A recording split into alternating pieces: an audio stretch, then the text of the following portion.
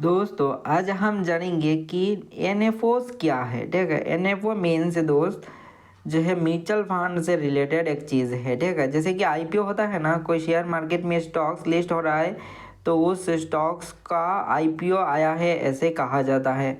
तो उसी तरीके से अगर कोई new mutual fund scheme market में आया हुआ है तो उस म्यूचुअल फंड स्कीम को कहा जाता है एनएफओ आया हुआ है। ठीक है, तो न्यू एनएफओ आया हुआ है इस तरीके से बताया जाता है। तो जैसे कि न्यू एनएफओ आया हुआ है तो इस एनएफओ को कहा जाता है न्यू, ठीक है, न्यू फंड, ठीक है, FUND फंड ऑफर और FFER ऑफर। ठीक है, तो एनएफओ का फुल फॉर्म कहा जाता है तो new fund offer. That means एक ही है चीज़ कि आईपीओ से रिलेटेड है। तो पहला चीज़ है आईपीओ क्या है, वो है शेयर मार्केट में कोई भी स्टॉक्स अगर लिस्ट हो रहा है तो उस लिस्टिंग के दौरान जो स्टॉक्स आता है उसको आईपीओ कहा जाता है उस इनिशियल टाइम में।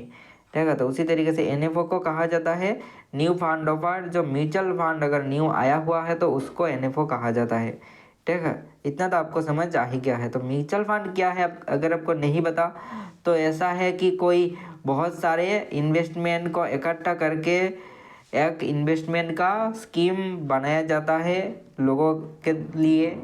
उस स्कीम को कहा जाता है म्यूचुअल फंड। वो हो सकता है शेयर्स में इन्वेस्टमेंट किया हो, मल्टीपल और इकट्ठे में इन्वेस्टमेंट का ऑप्शन दे रहा है उसको म्यूचुअल फंड कहा जा सकता है। किसी एक गोल्ड में इन्वेस्ट कर रहा है, सिल्वर में इन्वेस्टमेंट किया गया है तो उस स्कीम को भी कहा जा सकता है म्यूचुअल फंड। ठीक है, तो उस तरीके से म्यूचुअल फंड होता है दोस्त। ठीक है, तो आई होप आपको समझ आ ही गया होगा कि एनएफओ आखिर होता क्या है। जैसे कि अभी रिसेंटली देख सकते हो बहुत सारा एनएफओ आया हुआ है। ठीक है, जैसे कि यहाँ पर देखा जाए तो देख सकते हो आप SBI इनकम प्लस आर्बिट्रेज का आया हुआ है, निपॉन इंडिया का आया है, बजाज फाइनेंस सार्व का भी आया हुआ है, देन ग्रो का भी आया हुआ है, देन यहाँ पर मोतीलाल ओसवाल इंफ्रास्ट्रक्चर फंड का भी आया हुआ है। तो इस तरीके से जो न्यू न्यू म्यूचुअल फंड आया है तो उन्हें कहा जाता है एनएफओ।